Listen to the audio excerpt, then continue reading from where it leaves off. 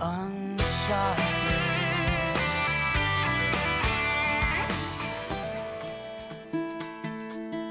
If you live in the Southeast, or have propped up in front of a Pinterest board any time in the past few years, then chances are you're familiar with the saying, "The mountains are calling and I must go." It's actually a quote by John Muir, and it sounds simple enough. Scenery, serenity, and even a rather rare chance for solitude. But for someone like myself who recently relocated from the Midwest, I had to wonder if there was more to this mantra. The Great Smoky Mountain National Park is truly great in many ways. It's the most visited national park, welcoming over 11 million wanderers every year. It encompasses over 500,000 acres and touts historical attractions, trails, and over 10,000 species of plants and animals. But I have a feeling that most folks' fondness goes far beyond just facts.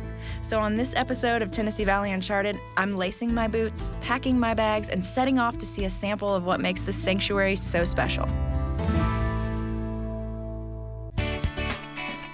You don't have to look far to learn that I'm an animal lover. And while this love is anything but limited, the list has yet to include llamas.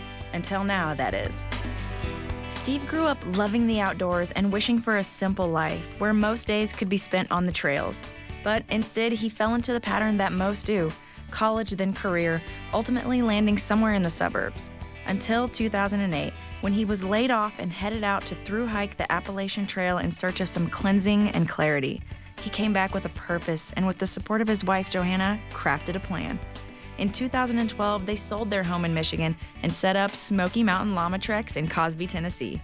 Today, they offer a variety of treks, all aimed at connecting visitors to the incredible vistas of the park, as well as giving them a chance to quiet their minds and simply be present. This will lay, the llama's body will be right in between, and this pad has the padding for these so that these don't dig into the llama. And then we have a pantier that'll carry your supplies. Okay. These get hooked on the side like that. And the tube here is designed to hold the weight, and that's why there's so much cushion here, is if you get a lot of weight, this will cushion the back. So the way you do this is typically it's like a horse. You get them used to one side. You do everything from one side. And you can see we put this in the back to distinguish the back. This rolls up underneath them. And this clips. And then this has a drawstring. This one clips too. Yep. You can just clip it, you don't have to push on it necessarily. Don't go all the way, but close, go ahead and pull on it. And I'll go the other side. Is that good because, enough for a little more? Yep, that's good. I'm gonna just tighten it up from this side. And we've got tables and chairs that we're gonna pack today. Cool. So we're a Good picnic. to go. So he's pretty strong, right? He is. How many pounds can he carry? So a llama can carry 20 to 40% of their body weight. So What you're does Curly looking weigh? at, Curly weighs about 300. Curly, So- 300 pounds? He can pack somewhere around, because he's one of Mount LeConte's guys, 40 to 60 pounds he can carry. So it's me and Oscar. It's me and you, bud. You ready for this? I'm gonna take you on a date today. Okay. Up the mountain. He's like, okay. Good stand up now. job. Good job. How easy is it? Easy enough for a dog to do that. Until he takes off Aw, running. Briggs, look at you. Look at you, Briggs. So I don't know that I've ever paid that close attention to their feet before, but obviously today I am, and they have the split hoof. The split hoof, is that Yep, what you say? A split hooves Yeah. or two toes. Two toes. And they have a hard toenail that's on top of it. And they do grow. Okay. So we have to trim toenails. I was gonna say, do you get them? Which is not a pleasant experience. Do you do it, or do you have somebody? I do. I do just about everything on Really? the llamas. Yeah. I'm learning. I think the best way to learn is to actually do. Yeah. So have you always known that you wanted to, like, work with llamas, or, I mean, have a business with llamas? No. I didn't know if that was, like, your I favorite had- animal growing up. Never seen a llama before I bought my herd. Really? Never seen Good one. job, Yeah. Oscar. Good job. Come on, you need to keep walking. Oscar. Come on, Bullen. Come on. Come on.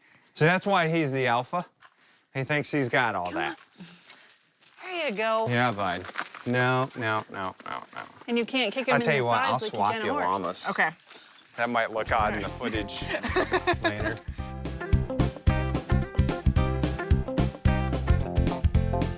A lot of people have never seen a llama. So to interact with them and see how cute, cuddly, soft, they usually get the brush on them, hands on, and then walking with a llama. A lot of people are really surprised at how sure-footed a llama is. They have 2 toes, which allows them to have a little more flexibility in their foot or feet. They have the ability to pack. We carry a lot of stuff, and then the reason we come specifically here to Max Patch or the Buckeye Ridge Trail is for the view. The view here is just spectacular. It is. And what better way to go enjoy a nice day of hiking and not putting something on your back and have things like your snacks, tables and chairs, and just enjoy nature without really having to work too hard for and let the llamas do the work, which is what they're built for. For you, when he calls you or comes home and says, hey, I want to start a llama business, like what's really going through your mind? Were you like, what in the world, or were you just on board? I had never been around llamas before either, and so it was kind of crazy, but the whole hiking aspect is something he's always loved to do, and so I knew it was something we should look into, and I left it up to him because he's, I said, whatever we feel is the answer, that's what we got to do. Yeah, no, that's awesome. And how comforting that probably had to be for you to know that, like, she was on board and had your back no matter what. If you want to do llamas, that's cool. If you don't, that's cool too. I hiked the Appalachian Trail 10 years ago, and on day 2, I rolled into a place called Neal's Gap, and there was a sign, and it says, wherever you are, be there. And that has stuck with me for 10 years. One time I came up here with some clients, and I blew my transmission. For anybody, that's a bad day. And, it added a couple more hours to our hike because of where the location of it breaking down. When we got here, I called my son and said, hey, bring up the other truck tomorrow because we're spending the night. Well, we ended up where we're at today, and I let my clients just soak in this beauty that's up here. And there was a gentleman, not a part of my group, that was up here, and we had a conversation, and he goes, man, this would just put a smile on your face, wouldn't it? And I said, look at my face.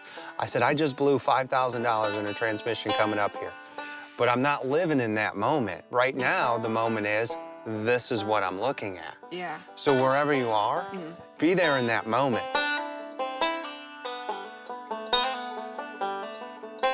I've always been moved by those individuals who find a way to put their personal passions into their professions. When Steve and Johanna got into guiding, they not only found a way of following their hearts, but of finding beauty, and now they're helping others to do the same thing. So the next time you need to drop the drama, I suggest you love the llama.